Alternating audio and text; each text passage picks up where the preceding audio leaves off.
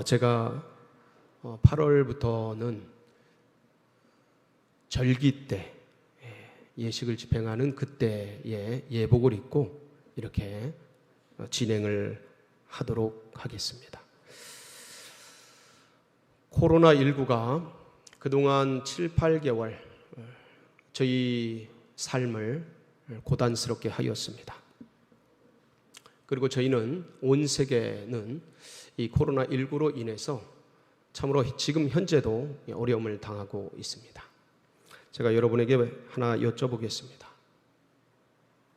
코로나19가 찾아온 이유가 무엇일까요? 코로나19를 우리 인류가 맞이하게 된 이유가 무엇인가? 여러 가지 대답을 할 수 있을 것입니다. 그 여러 가지 대답 중에 첫째 얘기를 한다면 아마도 인간의 실수, 인간의 연약함이겠죠. 연구가들, 과학자들이 바이러스를 다루다가 실수를 해서 퍼져나가서 코로나가 전염될 수 있는 것이죠. 또 하나는 어떤 특정한 사람들의 목적과 의도를 관철하기 위해서 이것을 일부러 퍼뜨릴 수도 있을 겁니다. 예를 든다면 어떤 면에서 음모론을 좋아하는 사람들은 그런 얘기를 합니다. 글로벌리스트들이 세계 인구가 너무 많으니까 70억이 넘고 먹을 양식들이 줄어드니까 이걸 퍼뜨려서 의도적으로 인구를 줄이기 위해서 코로나 사태가 일어났다. 이런 음모론도 있습니다. 그런데 우리 믿음의 백성들 또는 이제 모든 사람들이 대부분 공감할 수 있는 원인을 얘기하자면 인간의 탐욕, 인간의 욕심 때문에 결국 이 코로나 사태가 일어난 것이다. 대부분 이제 공감을 하실 겁니다. 이것을 신앙적으로 얘기하자면 죄에 대한 대가다, 형벌이다.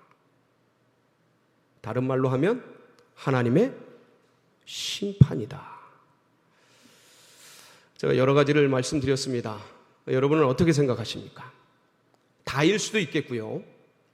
지금 제가 거론한 원인이 다일 수도 있겠고 또 어떤 특정한 부분일 수도 있을 것입니다.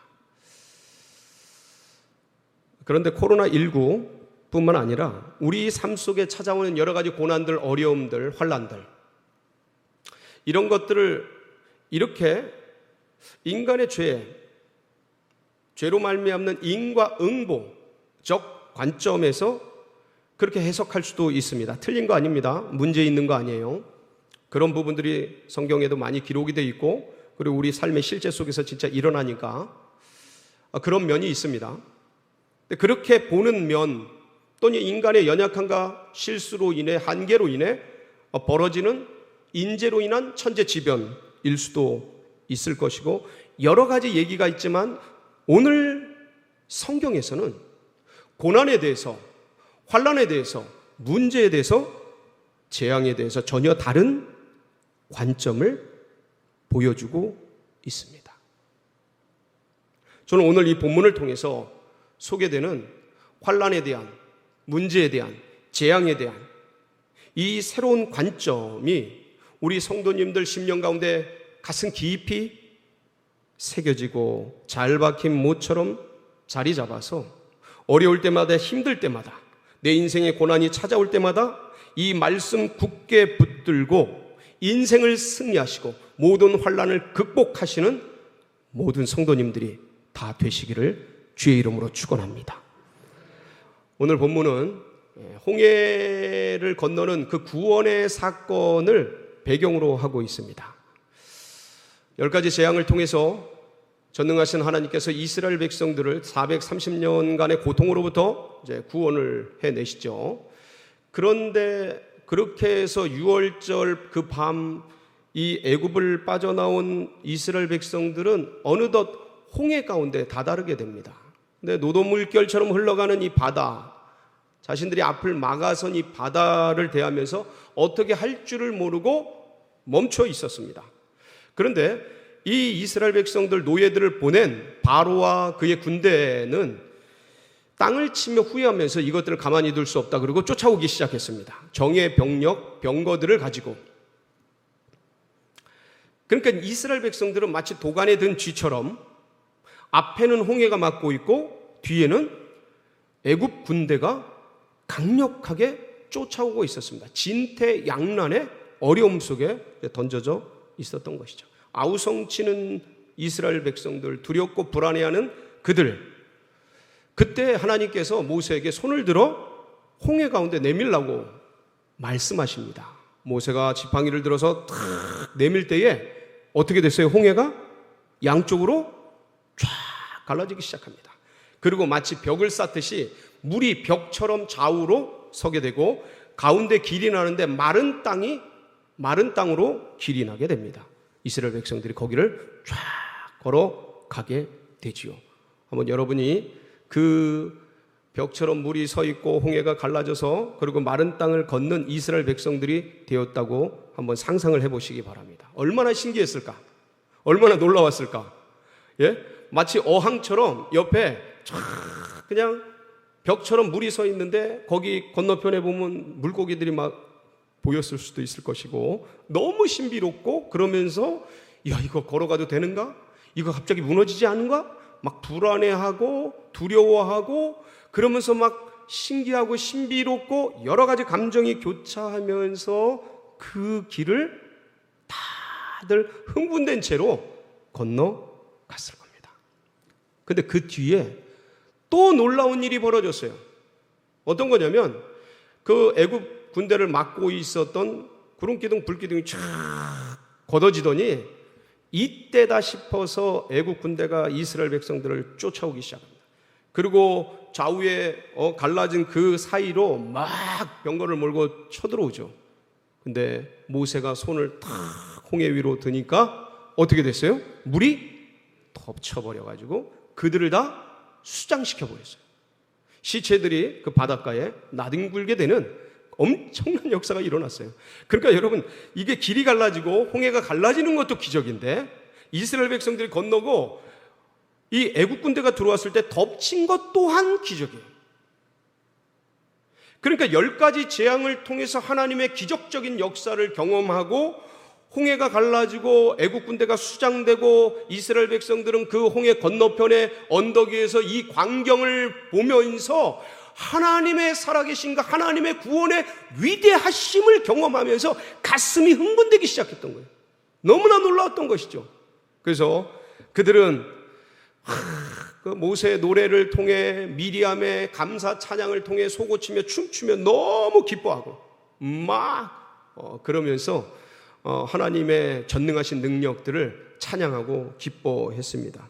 그리고 그 광경을 바라본 모든 이스라엘 백성들 가슴 깊이에는 하나님을 향한 경외감, 우리를 구원해 주신 주님의 놀라우신 그 기적적 역사, 그리고 이 일들을 앞서 행하는 모세에 대한 그 신뢰와 믿음, 이런 것들이 쫙 자리 잡게 되었습니다.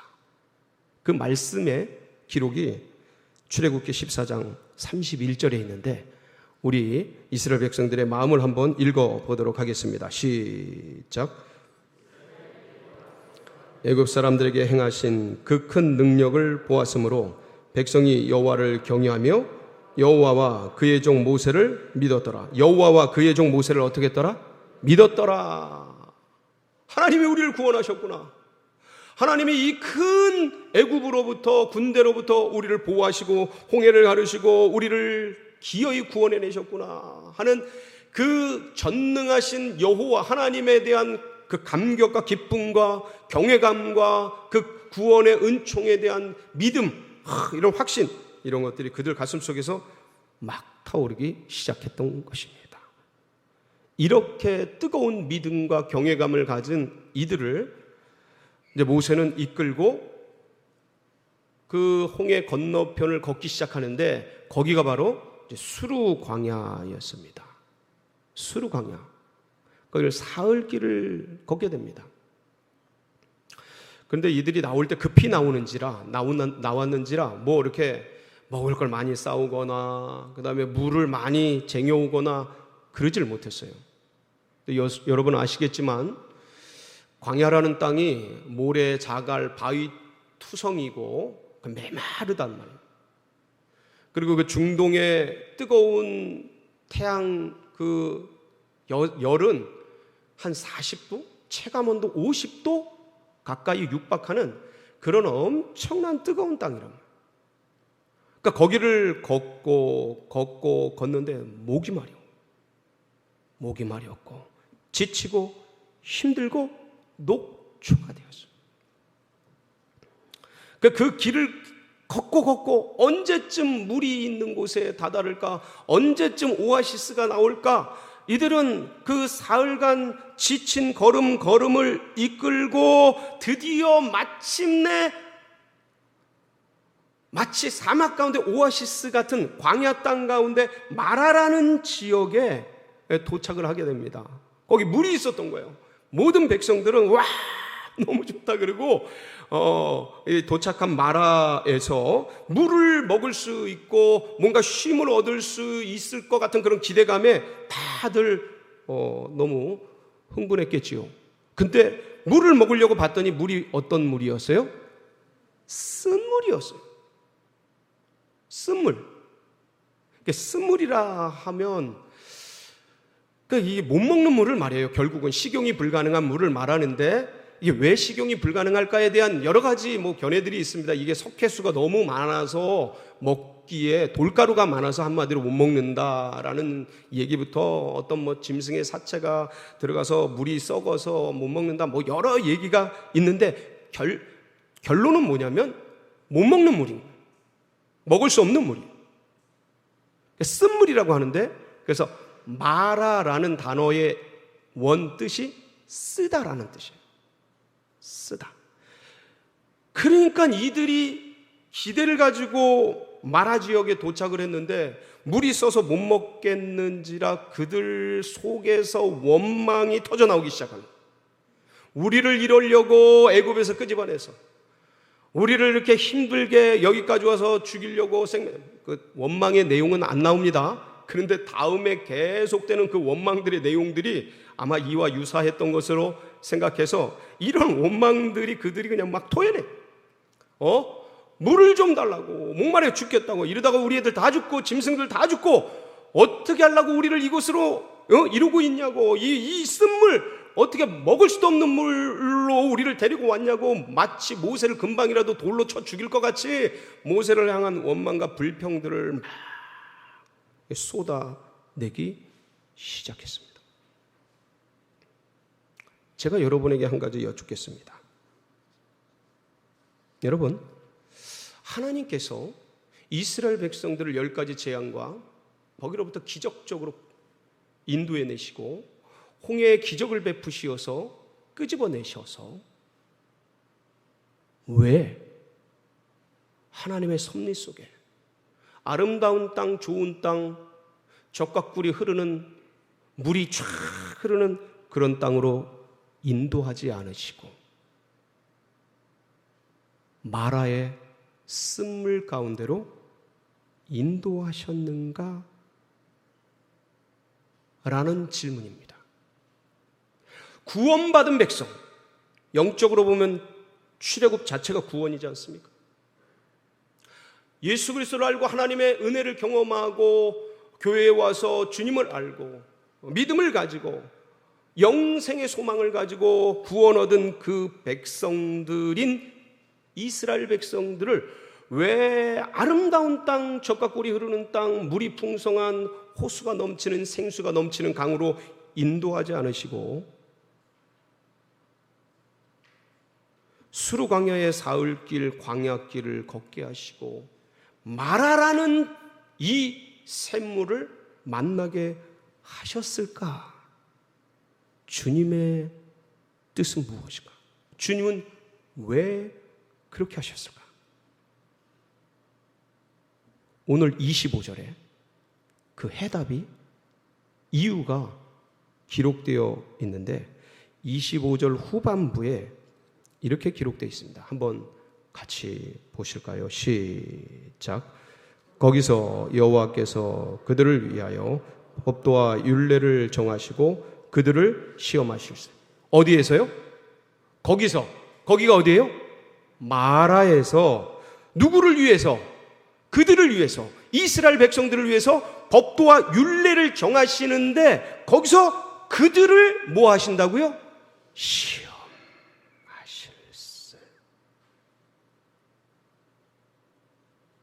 여러분, 하나님은 결코 시험 받지도 않으시고 시험하지도 않으십니다. 이 시험은 템테이션, 즉 유혹을 의미합니다. 근데 여기에서 그들을 시험하셨다, 이스라엘 백성들을 시험하셨다라는 이 시험은 테스트입니다. 그러니까 그들을 연단하셨다라는 의미도 되는 것이고요, 그들을 시련하셨다, 정확하게 시험하셨다, 그러니까 맞는 말씀이죠. 자, 그런데 하나님은 이스라엘 백성들을 무엇을 시험하셨을까요? 기억하십시오.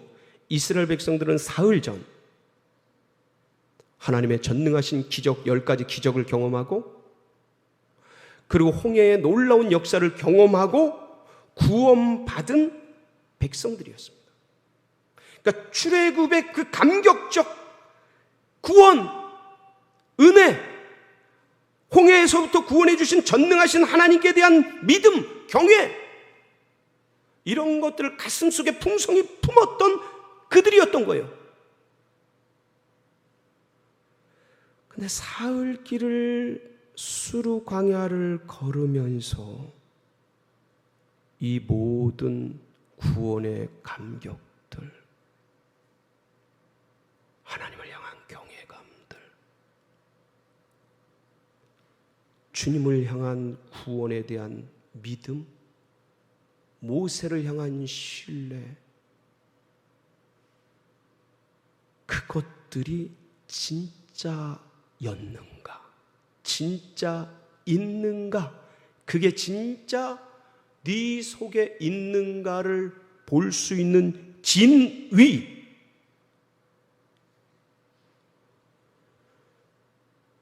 확인하는 장소가 바로 어디였어요?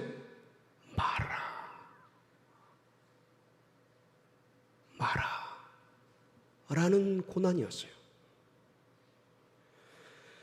구원받은 백성이 세월 속에서, 생활 속에서 맞이하는 고난에 부딪혔을 때 나를 구원해 주신, 지금 이 마라라는 것과 상대도 안 되고 수르 광야라는 것과 비교도 안 되는 홍해를 건너게 하시고, 홍해 그 군대들을 무찔러 주시고, 10가지 그 애굽의 제국으로부터 10가지 재앙을 통해 끄집어내 주신 그 엄청난 전능하신 하나님의 능력을 경험한 그 사람에 대한 믿음이 생활 속에서, 광야길, 사흘길 속에서 무너지지 않도록, 깨지지 않도록 진짜 여전히 살아있는지를 확인할 수 있는 그 진위를 알도록 시험하시는 그곳이 바로 마라였어요. 마라. 그래서 구원받은 백성들로 하여금 생활 속에서 그 뒤에 부딪히는 여러 가지 문제들이 있지 않겠습니까? 고난과 환난과 어려움과 인생길에 부딪히는 수많은 광야길에서 닥치는 여러 가지 고단스러운 일들이 있을 때마다 우리가 그 상황에 빠지지 않고, 환경에 빠지지 않고, 그 어떤 처지와 사건에 우리의 의식과 사고와 믿음이 빼앗기지 않고, 매몰되지 않고, 종로로 타지 않냐고 우리의 마음과 생각을 지켜, 그때 비로소 사흘 전 나를 구원해 주신 분이, 홍해에서 나를 끄집어내 주신 분이 하나님이시지 라는 믿음으로 살도록, 그럴 수 있는 존재인지, 네가 진짜 그런 믿음이 있는지를 확인하는 곳, 그게 마라입니다. 어떤 사람은 걸려서 넘어질 수 있겠죠. 쓰러질 수 있겠죠. 어떤 사람은 나의 연약함을 보고 내 안에 원망과 불평과 실망감, 어려움들이 일어나는 걸 보면서 내가 이런 연약한 존재였구나. 고난을 만나보니까 내가 진짜 이것밖에 안 되는구나. 야, 진짜 간쓸게 다 내주고 모든 주님을 위해서 죽을 내 생명도 내줄 것만 같았는데 실제적으로 삶 속에서 마라를 만나보니 내 입에서 나오는 게 신뢰와 믿음과 주님을 향한 찬양이 아니고 불평과 원망과 어려움과 내 실제가 이렇구나 라는 것을 아는 지점, 그게 마라인 것이죠. 마라. 여러분, 우리들은요, 주님의 백성들은 구원을 얻은 후에도 인생의 수많은 어려움들, 고난들, 마라들이 찾아옵니다. 거기서 알게 되죠. 참 부족하구나. 참 연약하구나. 여기서 내가 하나님을 붙들고 나를 구원해 주신 주님을 의지하는 게 아니고 자꾸 옛날 거로 돌아가는구나. 또다시 은행 잔고를 보고 또다시 사람을 붙잡으려고 그러고 또다시 넘어지고 쓰러지고 그런 자신을 확인하면서 그대로 내 속에 이런 게 있구나. 거기에 무너지고 종노릇하는 것이 아니고 그것을 다시 한번 주님 앞에 씻어내고 다시 한번 회개하고 돌이키면서 주님을 붙들고 일어날 수 있는 계기 또한 마라입니다.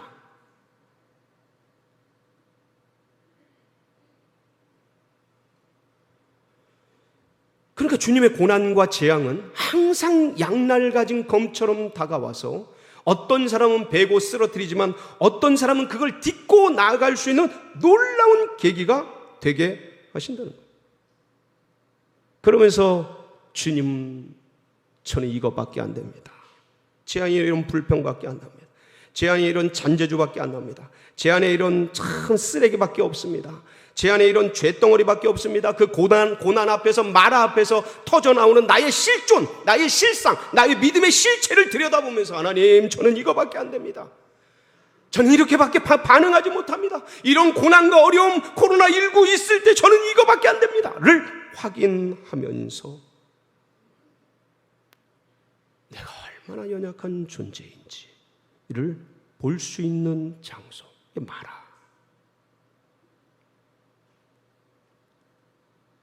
그들을 위하여 시험하는 것. 신명기 8장 2절 3절에는 이런 과정을 이렇게 묘사하고 있습니다. 한번 볼까요? 신명기 8장 2절 3절 시작. 네 하나님 여호와께서 이 40년 동안에 내게 광야길을 걷게 하신 것을 기억하라. 이는 너를 낮추시며 너를 시험하사 네 마음이 어떠한지 그 명령을 지키는지 지키지 않는지 알려 하심이라. 너를 낮추시며 너를 줄이게 하시며 또 너가 알지 못하며 내 조상들도 알지 못하던 만나를 네게 먹이신 것은 사람이 떡으로만 사는 것이 아니오 여호와 입에서 나오는 모든 말씀으로 사는 줄을 네가 알게 하려 하심이니라. 구원의 감격, 구원의 은혜, 마치 그때는 모든 것을 할 수 있을 것만 같지만 이런 마라를 만날 때, 인생 광야를 거치며 만나는 수많은 문제와 어려움과 고단함을 만날 때 이게 내가 얼마나 연약한지, 내 믿음이 얼마나 부족한지, 내가 생각하고 사고하고 은혜로 받은 그것들이 실제적으로 내 속에 얼마나 연약한지를 확인하면서 사람이 떡으로 사는 것이 아니고 사람이 다른 어떤 것으로 사는 것이 아니고 그런 순간마다, 어려운 순간마다, 마라를 만날 때마다, 고난을 만날 때마다 주님을 의지하고 주님의 입에서 나오는 말씀 붙들고 사는 백성인 것을 알게 하려고 뭘 만나게 한다고요? 우리를 마라를 만나게 한다고. 완전히 새로운 관점. 죄에 대한 형벌, 인과응보, 말하는 그런 것이다라고 사고하는 사람들에게는 전혀 새로운 관점. 우리를 연단하고 우리를 훈련하고 우리를 구원받은 백성들답게 살게 하기 위한 하나님의 놀라운 경륜과 섭리와 인도하심 속에 있는 것, 그것이 또한 마라, 그게 또 하나의 우리 인생의 고난일 수 있고, 그게 또 하나의 환난과 재앙일 수 있는데, 이것을 우리가 받아들일 때, 이렇게 받아들이면 이것이 우리를 마치 폭풍으로 인해서 더 빨리 주님께 갑니다 라고 고백하는 것처럼, 이 인생의 재앙과 고난과 어려움들로 인해서 주님을 더 깊이 닮아가고 더 깊이 따라가고 더 빨리 갈 수 있는 놀라운 반전의 역사가 이 마라 속에 숨겨져 있다라는 것이지요. 그리고 보면 사랑하는 성도님들, 이스라엘 백성들만 이 일들을 겪은 게 아니고 아브라함을 생각해 보십시오. 아브라함이 갈대아 우르와 하란에서 가나안 땅으로 가라는 하나님의 말씀을, 부르심을 받고 가나안 땅으로 들어가지 않습니까? 가나안 땅에서 아브라함을 기다리고 있었던 건 무엇이죠? 가뭄과 기근. 그래서 애굽으로 피난 가지 않습니까? 하나님이 부르셨는데 왜 가뭄과 기근이 있는가라는, 이게 죄에 대한 형벌인가? 아니에요. 그렇지 않아요. 여러분, 다윗에게 사무엘을 통해서 그 8 아들 중에서 기름 부음을, 왕의 기름 부음을 받게 하지 않습니까? 막내 다윗에게. 그러고선 사울의 고대디 고단 환난과 풍파 속에서 10여 년이 넘는 세월 동안 피난민 생활을 합니다. 도망자 생활을 해요. 이게 과연 죄의 대가였는가? 요셉이 하나님의 꿈을 꿉니다. 창세기 45장 보면 요셉이 그게 하나님의 꿈인 것을 알게 되지요. 그래서 10 볏집단, 형님들의 볏집단이 요셉의 볏집단에게 절을 하고, 해와 달과 11별이 요셉에게 절을 하는 그 꿈을 꾸고 나서 주신 것은 하나님이 주신 꿈인데, 그 과정 이후의 과정은 형님들에게 죽임을 당할 뻔하고, 은 20냥에 팔려서 애굽의 노예살이를 하고, 성실하게 살려고 몸부림치면 칠수록 감옥에 들어가고 억울한 누명을 쓰고 고생하는 그 피비린내 나는 시간들을 보내는 것을 알 수가 있습니다. 요셉의 죄에 대한 대가인가? 그걸 그렇게 받아들여야 되는 건가? 그래서 예수님께서 요한복음 9장에 보면 성전에서 나와서 길을 가시는데 날 때부터 맹인된 사람이 구걸을 하고 있었어요. 근데 제자들이 그러죠. 누구의 죄입니까? 맹인의 죄입니까? 부모의 죄입니까? 조상 탓입니까? 누구 탓입니까? 그때 주님이 그러셔요. 저로 하나님의 일을 나타내려 함이니라. 요한복음 11장에 보면 나사로가 나와요. 나사로가 병들었다고 연락이 오는데 죽도록 냅둡니다. 그러면서 예수님이 그 11장 4절에 그런 얘기를 하셔요. 이 병은 죽을 병이 아니라 하나님의 영광을 나타내려 함이니라. 이게 마라예요. 우리 생에 찾아오는 고난, 우리 생에 찾아오는 어려움, 양날 가진 검처럼 다가오는 이 고단한 마라를 만났을 때 우리는 과연 어떻게 반응해야 하는가? 거기서 나 자신을 점검하고, 이거밖에 안 되는구나. 마라가 쓰거든요. 원망과 불평이 나옵니다. 안 나올 수가 없어요. 내가 이렇게밖에 반응이 안 되는구나. 여전히 내 속에 이 더러운 것들이 가득하구나. 아직도 주님을 의지할 줄 모르는구나. 나를 홍해로부터 구원해 주신 그 강대국 애굽으로부터 끄집어내 주신 그 주님을 의지할 줄 모르는구나. 원망과 불평이 쏟아져 나오는 그런 것밖에 안 되는구나. 나는 아직도 멀었구나. 이런 일들로 목마른 것 때문에 하나님이 잊혀지고, 사흘길 인생 광야를 걸었다고 주님이 없어지고, 내 방식 내 뜻대로 내 소견에 오른 대로 뭔가를 하려고 하다니, 참 미약하고 부족하고 연약하구나. 나 자신을 인식하고, 사람이 떡으로 사는 것이 아니고, 돈으로 사는 것이 아니고, 인맥으로, 자녀로, 명예로 사는 것이 아니고, 오직 하나님의 입으로부터 나오는 살아있는 레마의 말씀, 그 말씀 예수 그리스도를 붙들고 사는 그 백성 되게 하시려고 주님이 우리의 인생길에 마라를 만나게 하셨습니다. 사랑하는 성도 여러분, 저는 이 마라를 통해 오히려 우리가 새로운 세계로 도약하자, 이전보다 더 큰 미래로 나아가는 발판이 되게 하자. 이 마라에서 하나님의 말씀대로, 명령대로 모세가 그 나뭇가지를 쓴물에다 던집니다. 어떻게 돼요? 단물로 바뀌어요. 해결책은 누가 가지고 계셔요? 하나님이 이미 가지고 계시고, 이미 우리 인생길에 필요한 것들을 다 섭리하고 계십니다. 그리고 이들을 그 감람나무가 70그루 넘게 쫙 펼쳐져 있고 12샘들이 펑펑펑 터져 나오는 엘림으로 결국 이스라엘 백성들 인도에 가셔요. 하나님의 로드맵이에요. 하나님의 로드맵. 하나님이 이미 섭리하고 계획하고 계신 거예요. 그러니까 우리를 죽이려고 하고 우리를 그냥 환난 자체로 무너뜨리려고 하는 게 아니고, 예레미야 29장 10절 13절을 보면 하나님의 마음이 이렇게 표현되어 있어요. 한번 볼까요? 시작. 여호와께서 이와 같이 말씀하시니라. 바벨론에서 70년이 차면 내가 너희를 돌보고 나의 선한 말을 너희에게 성취하여 너희를 이곳으로 돌아오게 하리라. 여호와의 말씀이니라. 너희를 향한 나의 생각을 내가 아나니 평안이요 재앙이 아니니라. 너희에게 미래와 희망을 주는 것이니라.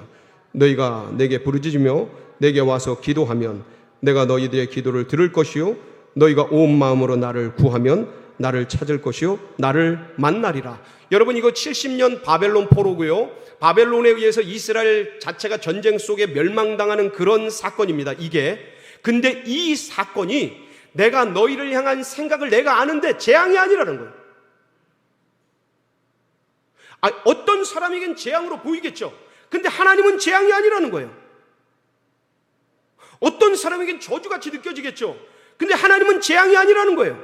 너희들에게 평안을 주고 미래와 희망, 소망을 주려는 게 하나님의 본뜻이라는 거예요. 이 마라를 만나게 하는 건 너희들에게 율례와 규례를 만들어 하나님 말씀 붙들고 살 수 있는 그런 민족을 만들기 위해서 마라를 만나게 하시는 것이고, 이것이 주님의 본뜻이 아니고 이걸 넘어서 그래 진짜 그걸 견딜 만한, 믿음 붙들고 이길 만한 그런 존재가 되어서 어디로 이끄시려고 하는 거예요?